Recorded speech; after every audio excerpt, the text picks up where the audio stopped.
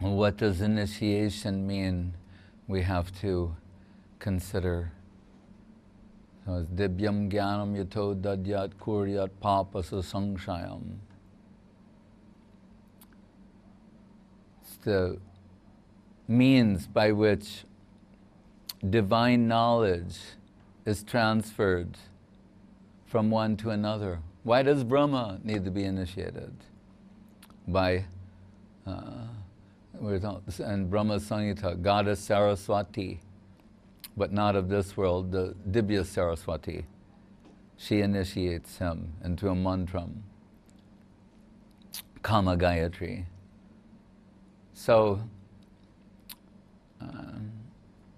Radha Mukunda Para Sambhava Gamra Nirmanchano Pukurani Krita Dehu Laksham Utunga Sovrada Vishesha Vishat Pragalvam Devim Gunais Haripadanaka Koti Prishta Parjanta Simha Tatam Api Kalyantim Pranir Bistadoham Madurakshi Brinda Vaidagda Dika Guru Kirtim Gurumati Guru Kirtim Radhikam Archayami. And the Radhastakam Rupa Goswami is alluding to gradation and devotional depth. And sometimes Srila Guru Maharaj, and also in his Lalita Astakam, describing Lalita Saki, saying that she is moving on the plain of Vrindavan, canvassing others. And some are also approaching her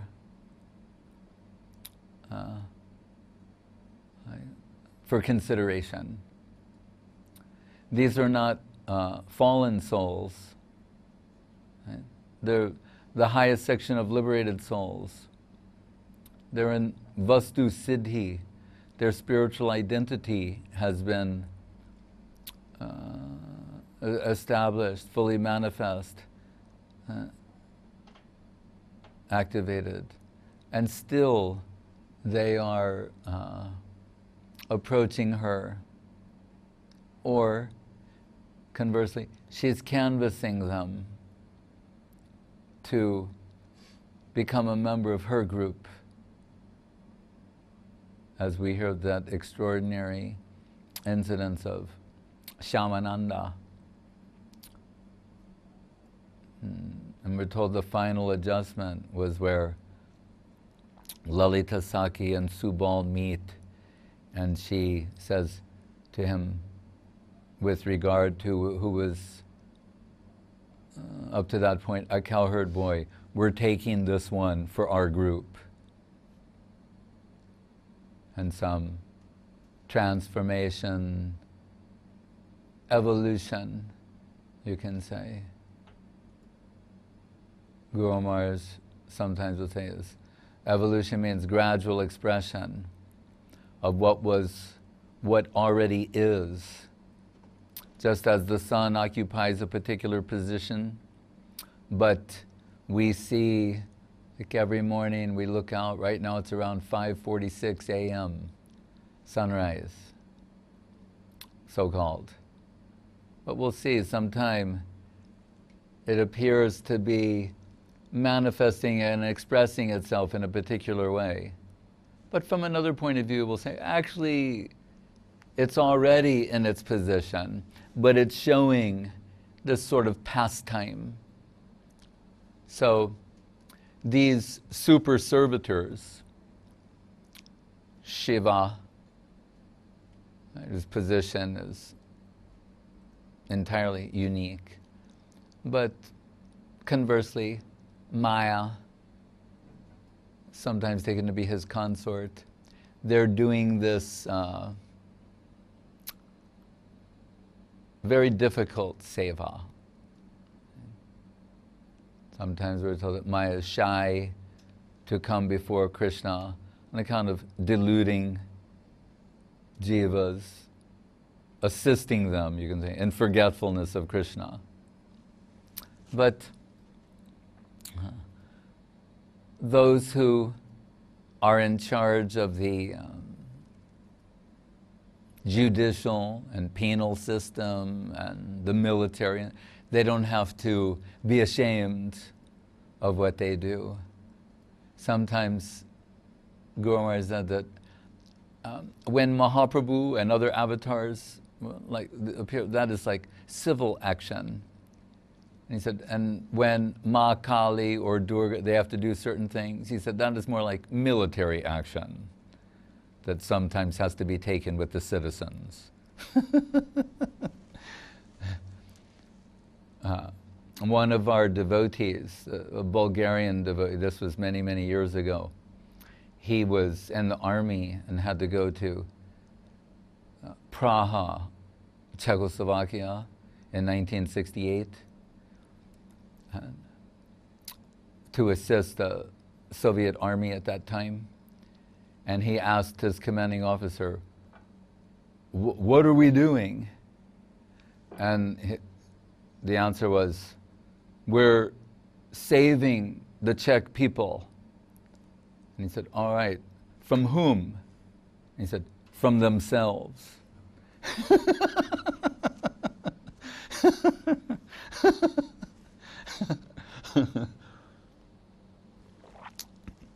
So, Udared atmanatmanam, atmanam avasadyed, atmayava atmano bandhur, atmayava ripur atmana. Bandhu and ripu, friend or foe. So Saraswati Thakur said the mind is like an evil guardian, taking jiva to be the minor, the child. And that's a favorite theme in literature and movies. Some children inherit some wealth and they're put under the care of an evil guardian who ostensibly is doing everything in their interest and for them, for their benefit, their welfare, their future, everything, but not. That's the relationship between jiva and the mind.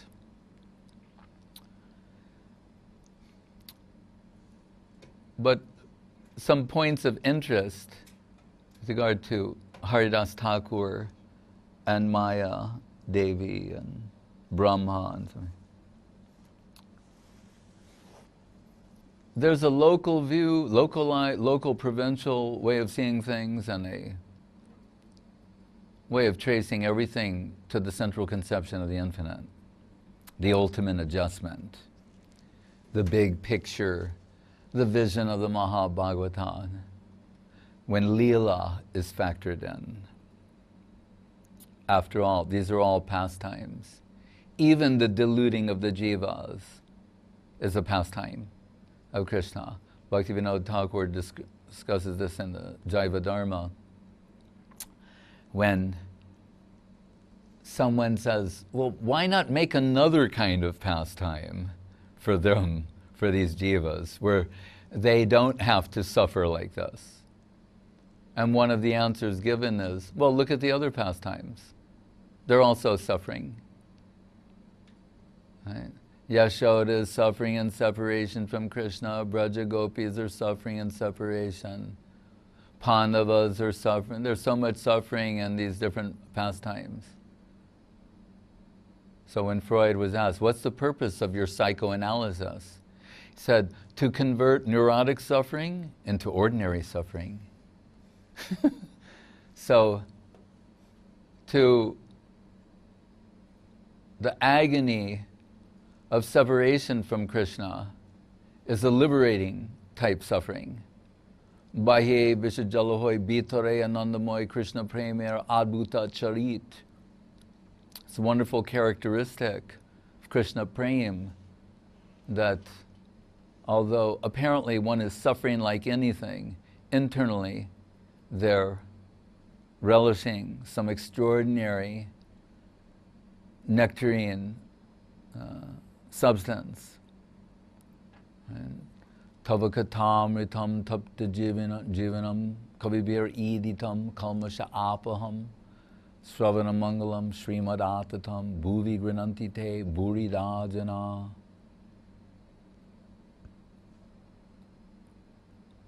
The topics of Krishna relieve suffering, whether in the suffering of separation, the anguish of separation, and the hearts of Braja Gopis, or the top Troy of the embodied souls, all based on forgetfulness of Krishna and remedied by remembrance. Shrotavyas kirtitavyas cha smartavyas chechtatabhayam. Sukadev to Pariksit Maharaj. Under all circumstances, hear about Krishna, glorify Krishna, remember Krishna. This is the path to fearlessness, freedom from the anxiety caused by turning away. Bayandatiya binibeshitad ishadape tasya viparyayo smriti. So, and Brahma Bimohan is a pastime. The bewilderment of Brahma is a pastime, a glorious pastime. His challenge to the supremacy of Krishna is a glorious pastime. By singing the glories of this pastime, you become liberated from material existence. Vishwanath Chakrabarti Thakur, in his commentaries on Krishna Lila, particularly Rasa Lila, but all of the pastimes of Krishna, said there's just something so extraordinary about these pastimes that hearing them awakens Jiva to her real self-interest. Jiva, Swarupari Krishnera Nityadas, Muktir Hirbanyata Rupam Swarupena Vibhastiti. Awakened to the prospect of a life of love with Krishna. Right? I like in the intro of Brahma Samhita where Saraswati Tagore says, he uses the expression, Krishna-loving people. It says God-loving, but more specifically, Krishna-loving people. As God is a little too generic, you're off the shelf, God conception, Krishna-loving people. So that Brahma, what was his offense? He stole the cows of Krishna. It's bad, I mean, stealing cows is bad enough, right? But stealing Krishna's cows, like, whoa. Govinda, Gopal, you know, not a good thing. Yeah. So some people say that's such a low thing to do, that he had to take birth in a Yavana family. It's one of the things that people say. Right? So I mean, as whom? Haridas Thakur. And Haridas Thakur, we know there's like generic Maya and female seductress, temptress, that kind of idea. When, what is his name? Khan? Who tries to, sends the prostitute to seduce Haridas? Oh, Ramachandra Khan. That's a strange name. Must have been like some Hindu convert or something. Whatever. I mean, he's an exalted soul, so. But Ramachandra Khan. Hare Krishna. anyway, it's interesting to me that it appears as if the same pastime happens twice. It's almost identical. So we're told that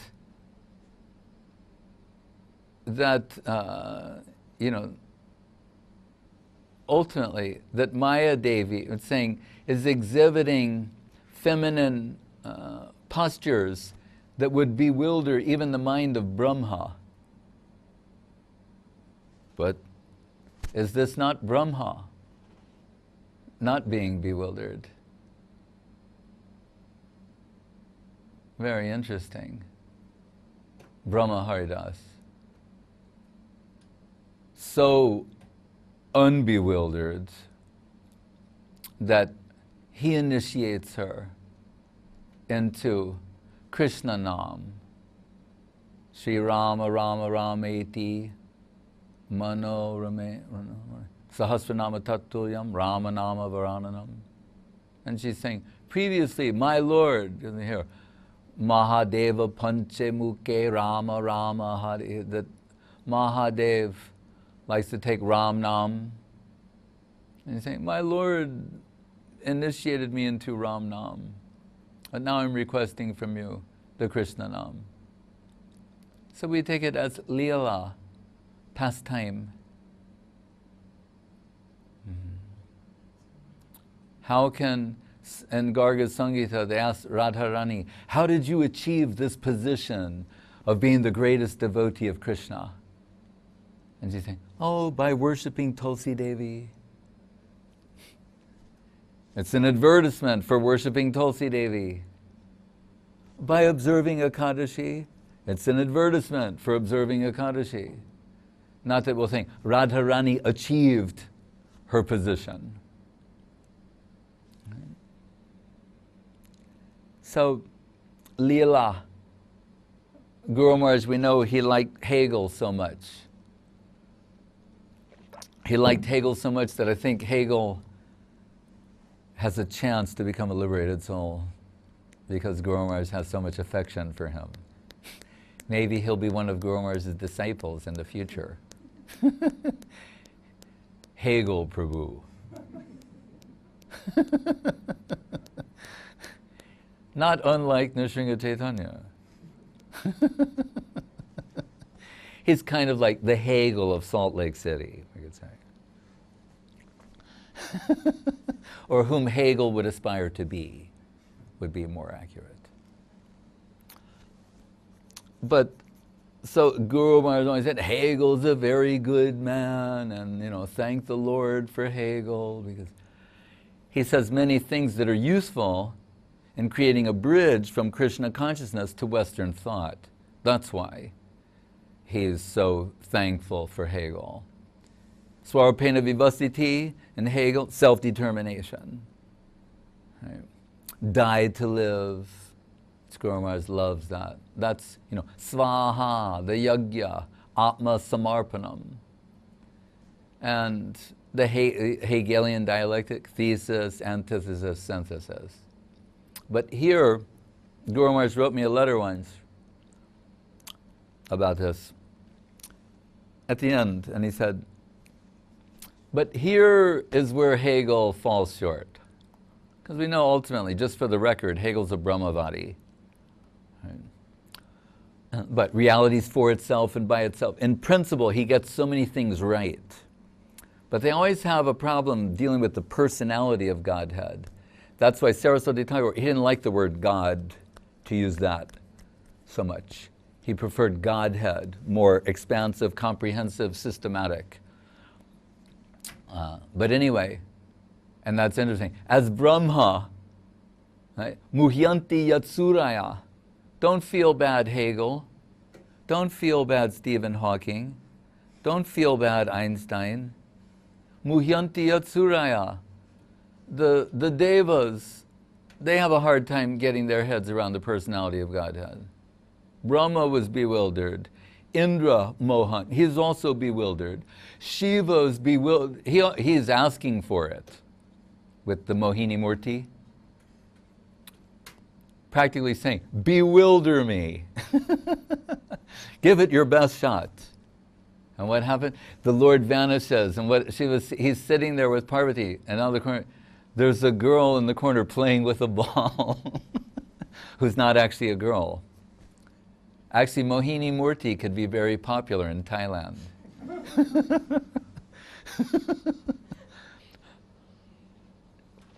But I digress. So Shiva is bewildered by the beauty of Mohini Murti. Perception. Reality is perception. But, so the gods, in so many places this is mentioned, that they're bewildered. How astonishing, how wonderful is Krishna conception, especially Aprakrita Lila, where Aprakrita Bhat, it appears to be mundane, but is not. That's the beauty, the real suppressed opulence, suppressed majesty that can be called upon if needed. But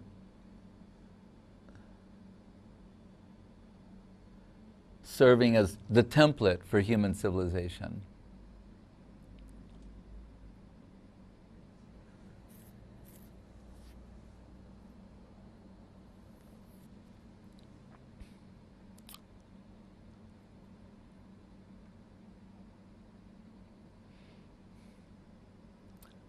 But in Brihad Bhagavatamritam, Sanatana Goswami Prabhu is cautioning us how we view the gods, goddesses, particularly Mahadev Shiv and his consorts, Parvati, Girija, Uma,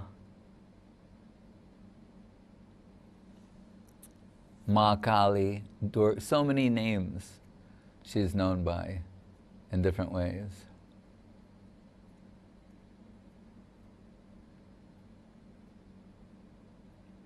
Sometimes Gurudev would show the Mahakali mudra when Bengalis are very embarrassed about something. They go like that. I've seen him do that. I'm not going to say what I told him. He went because Ma Kali, what is she doing? Indiscriminately killing everyone. We know women can get very angry. No, she's not only killing the demons, she's killing her own people. That's intense. So Mahadev, he lies before her on the ground, and when she steps on his chest, she looks down and she goes, like, oops. And then she stops.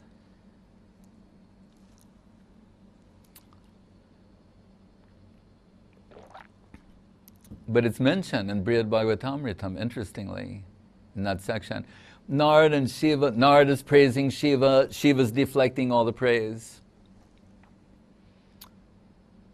And saying, what a bad person he is.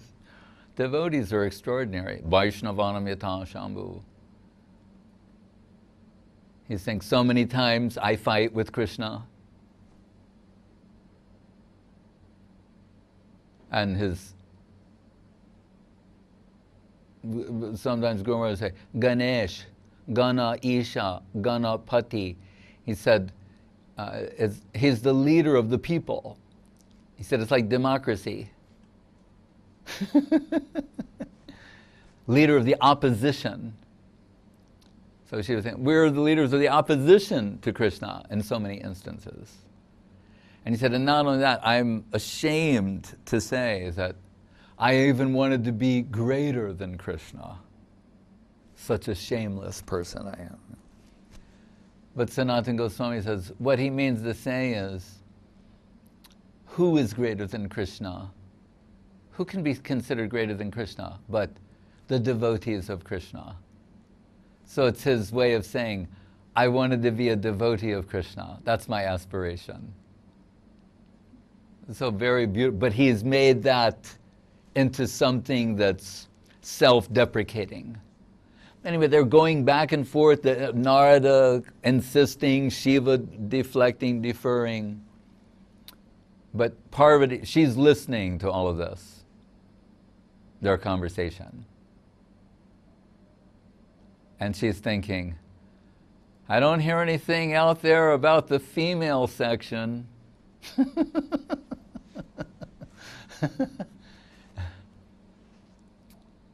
And then she begins to speak, and it's very beautiful. And there Sanatana Goswami says, actually, she can give bhakti, she can give devotion, she can liberate, she can do everything. Chayeva yasya bhuvanani bibarti durga. It's a shadow of Hladini Shakti. Their shadow representation of Radharani and Braja Gopis. Saraswati Thakur says Durga Devi is a Braja Gopi in Go Loka. So, of course, it's rare, but they can. It's by the grace of the devotees that Krishna conception is extended. So Maya is doing a necessary seva to purify jivas, to elevate them, to bring them to a higher position, actually. That's what this is all meant for. Bhaktivinoda Thakur says, just as to purify gold, you burn it, put it in fire. I've seen this, and in Bengal, going to the goldsmith, just like goldsmith is a name in Europe.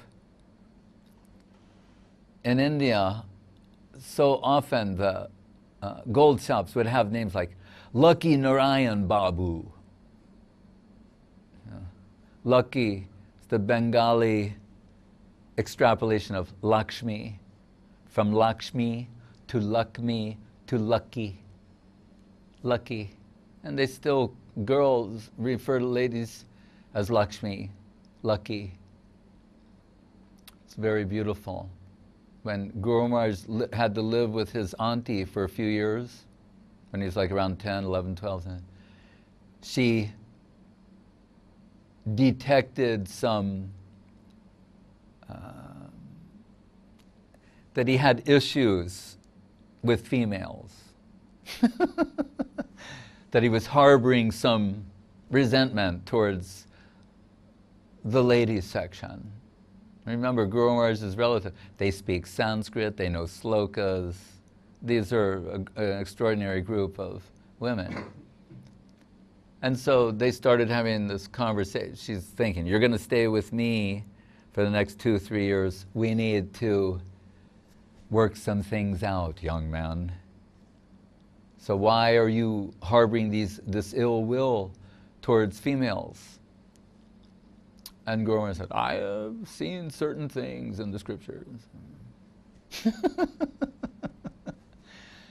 And she said, oh really? And then she quoted some Sanskrit verse saying that women should be seen as Lakshmi Devi. She said, did you read that? Did you see that section? That you should see women as Lakshmi Devi herself and treat them? And Guru Maharaj said, then I knew I had to readjust my thinking. Because he's ruled by, it's like Shastra Vidhi. Not ultimately, because he's a Raga Bhakta, but he's by nature, whatever, like he said, and Gaudiya Math, and it's so true, even the descendants of Gaudiya Math, they dismiss everything out of hand as being bogus. That's just the long and short of it. He said, but if you quote Sanskrit, then Gaudiya Math people, they'll like take you seriously and see whether or not you're saying something that has to be taken seriously or not. That vibration. Just because something in Sanskrit is in doesn't mean it's true either. Guru Maharaj Gurudev joked that some of his relatives, being Shaktas, one of them composed a sloka allowing for the consumption of meat, using their shastric brain and command of the scripture and understanding.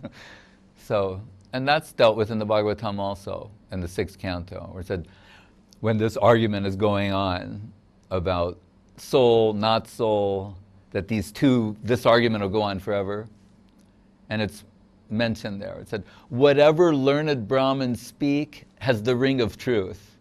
It just sounds like it's true, because on some level it is true. That's why people, they find so much substance in people who we think are bogus from India, because there's something there,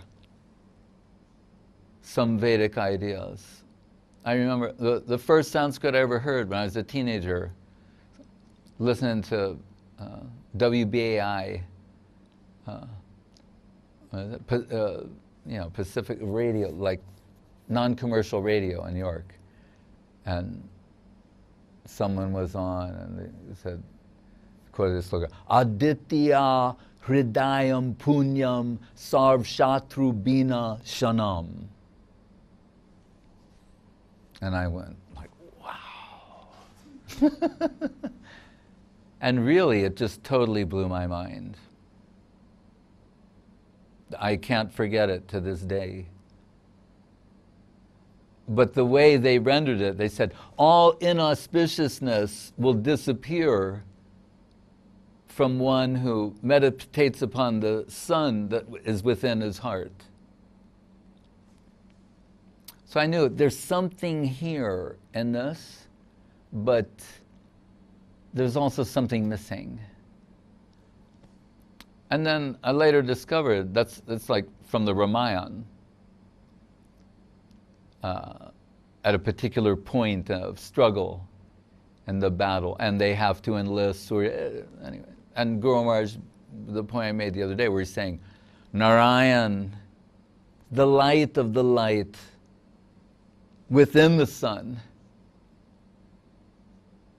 So even sunlight is, in this sense, a perverted reflection of divine illumination. We know sunlight is extraordinary. It's giving life to some. It means it's alive. It's spiritual, just to cut to the chase. Has a spiritual quality to it. Therefore, it's giving so much illumination and life-giving. And we associate, just like in Brahma Samhita, one place Saraswati Thakur in the purport, they're saying, gold means pure cognition. Jyoti Rupam. We think light like this, that it's something abstract. But in Brahma Samhita and Krishna concept, light has form. Jyoti or Priti Tunum Hiranya Purusham.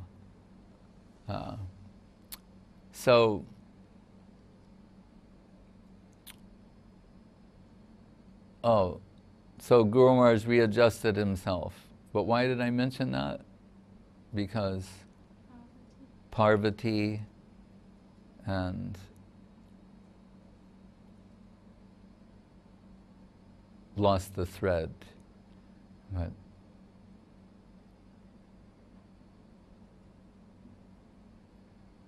look, Brahma, well, I was just making the point that in other capacities, Maya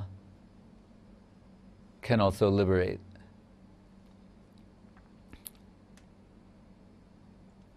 But think about it, Dibya Saraswati initiates Brahma. Gives him the Kama Gayatri mantram. And once Zardas were asking Guru Maharaj about her, in graphic portrayal. And Guru Maharaj sort of closed his eyes and said, she is riding on a white swan.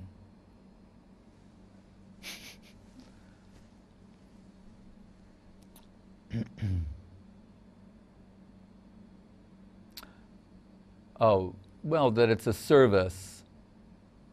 The house of correction, what's the word? The like judicial system, but penitentiary.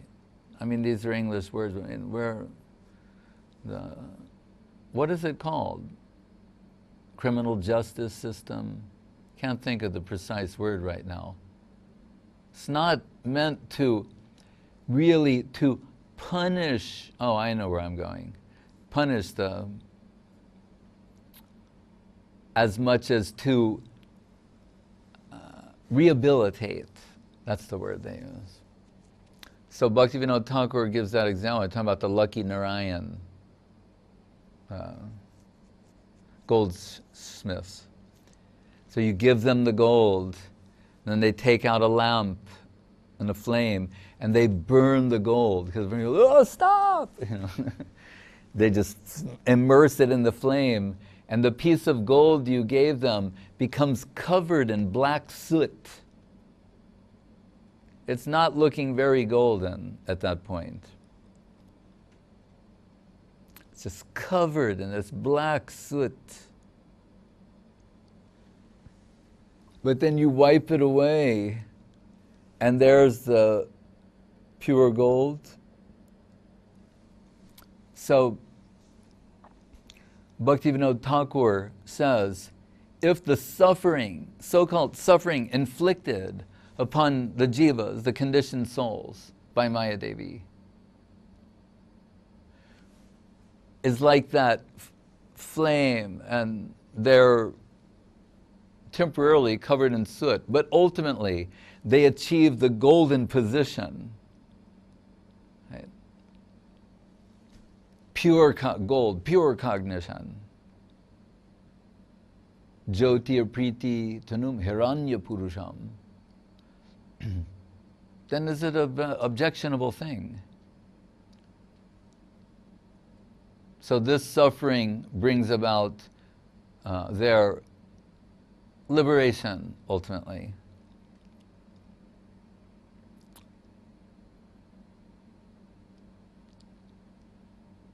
And as I've mentioned, when I lived next to the fire chief's residence in San Francisco, there's a plaque outside. It's a brass, shiny brass plaque. By fire shall hearts be proven, lest virtue's gold grow dim. So the case is being made there that you need the fire. So Bhaktivinoda Thakur, in his songs and explanation, is saying the opposition is lila pushti. It's providing nourishment to the lila. Narada, we see instigating opposition at times. When Kamsa's ready to let the whole thing go, and Narada's thinking, oh, then it'll be delay Krishna's appearing. And he makes Kamsa paranoid to more quickly bring the descent of Krishna. Nimai Pandit faces opposition in Navadvip that brings him to the point of taking sannyas and disseminating the Krishna consciousness movement.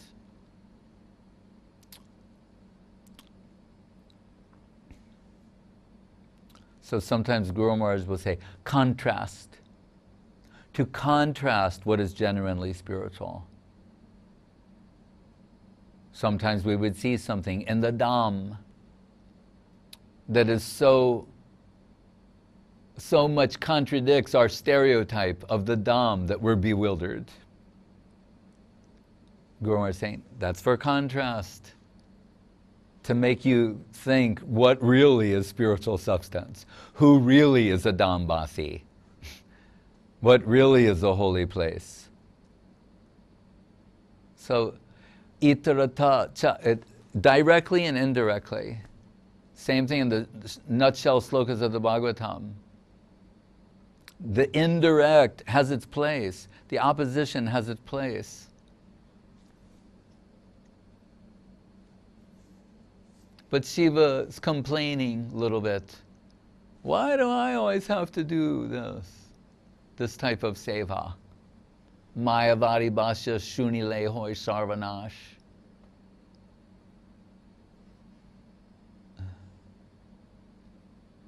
And Guru Maharaj will say, who could be entrusted to do such a thing, but who's most dear? When he was parsing the betrayal of Jesus by Judas, and then Jesus carrying the cross and stops, Veronica's wiping his face, look, Judas is there, and Judas, some look transpires between Christ and Judas goes off and hangs himself. So generally people think, oh, he felt so much guilt for what he'd done, betrayed his Lord for 30 pieces of silver. But Guru Maharaj gave another explanation. He said, when they make eye contact, the Christ is conveying to him that, forgive me for using you like this. Forgive me for making your name black for all time to come. So out of necessity of Leela. And the conclusion, who could be entrusted with this type of seva but someone very intimate, near, and dear?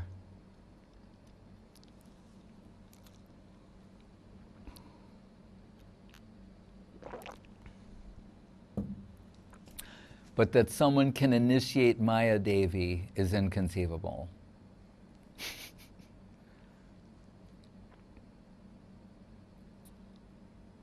She can take everybody else down. Guru Maharaj said, Krishna says, she's not afraid of anyone except Krishna.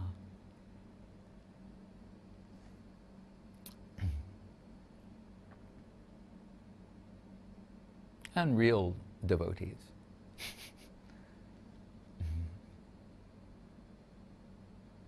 Prabhupada used to caution the devotees saying, we should always remember that we are very, very small and Maya is very, very great. Sanatana Goswami describes in Brihad Bhagavatamrita when the jiva is going towards mukta, he's the 8th covering of the universe where Varaha and Bhumi live, and just now is like going to finally be liberated. He said, then Maya comes before him in a irresistibly beautiful, charming, seductive form and says, where are you going?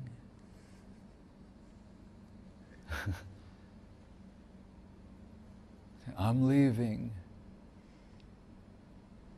Wait. The problem was, you were under my influence. You were my slave. Now, I'll become your slave. You'll be Shiva, and I'll be your Maya. Really?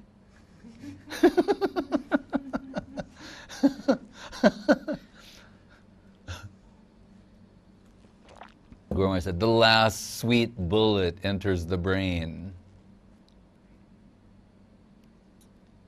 And he told the story of that one man, where she had to carry his marble slab, asan, for him to sit on.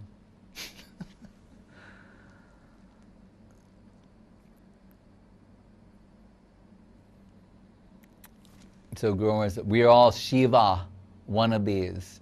Shiva is sometimes described the sum total of all jivas. Shiva is the master of Maya, servant of Vishnu. Bhog Shiv, Kyag Shiv, Bhakta Shiv.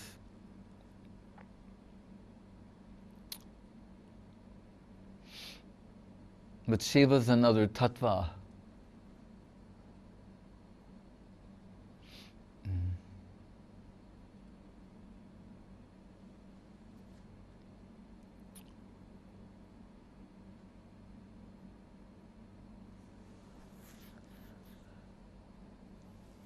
Shiva is sitting with Parvati on his lap, instructing sages. And they don't think anything of it. Could we be like that?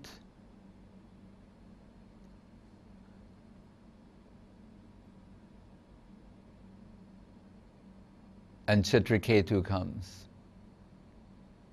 who's like us, and criticizes. How shameless!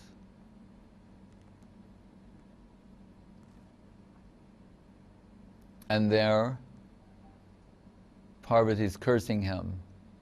You go to hell for your hellish mentality. The place for you is hell. That's where you should live.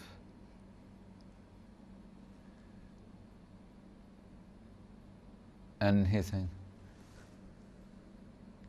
yes, Didi, Dandavat. And Shiva says, Narayana parak sarve nakutaschana bibhiti swarg apavarg narakeshu tulyarta darshina. Just see the devotees. I don't care if they're in heaven or hell. He just wants seva. As Guru Maharaj like to tell that devotee who the Vaikuntha chariot comes for him at last to take him to the spiritual world. They're so pleased with this. They're taking him into the upper world. The Vaikuntha chariot descends. And he says, I have no time for this. No time for Vaikuntha. I'm busy serving Guru and Vaishnav. Guru Maharaj told in Gaudiya Math, they thought one devotee was too attached to serving in a particular place in Puri. So to test him, they called him in and they said, Prabhu, we're sending you to Mayapur. Your services are needed there. He went, Jai, Haribol, Dandavat. Packed up his stuff, ready to go. Then they went, oh, all right, you can stay.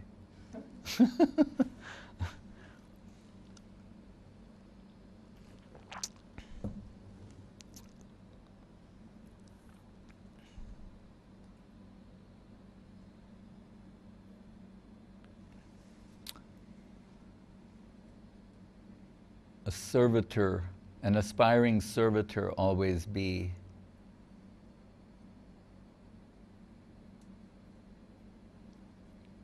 When Gurudev came out of the hospital in Sokel after his major operation,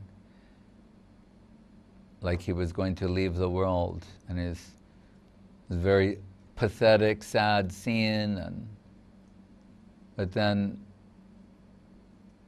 the news came to him that someone would be initiated the next day. And his whole demeanor changed and became very happy and optimistic. And he said, oh, they still want service from me. That was his happiness. They still want service. They have more service that they would like from me. Then he felt reassured.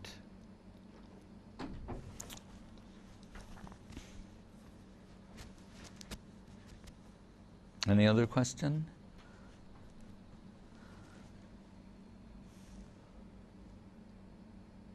How do we translate tattva? Truth is the best way. But for us, truth is personified. It's not some like a Socratic dialogue where he's saying truth and virtue. The truth is a person. But so sometimes means substance, truth, category. I mean, tattva, many Sanskrit words have layers of meaning. But so if you say all those things, right? A substance, category of truth, in any order. So Brahma Sangita, right? What is it? Kiram Dadi Vishesha Yoga. The description of milk, kirabdi. Milk can be transformed into yogurt, but yogurt cannot transform into milk. So the very peculiar position and unique.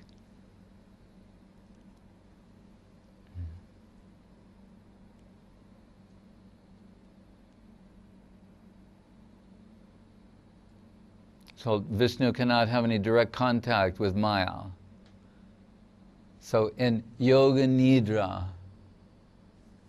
half asleep, out of the corner of his eye, the glance of Vishnu personifies as Shambhu, the sum total of all jivas, and they're impregnated into the womb of Prakriti. It's very beautiful and divine.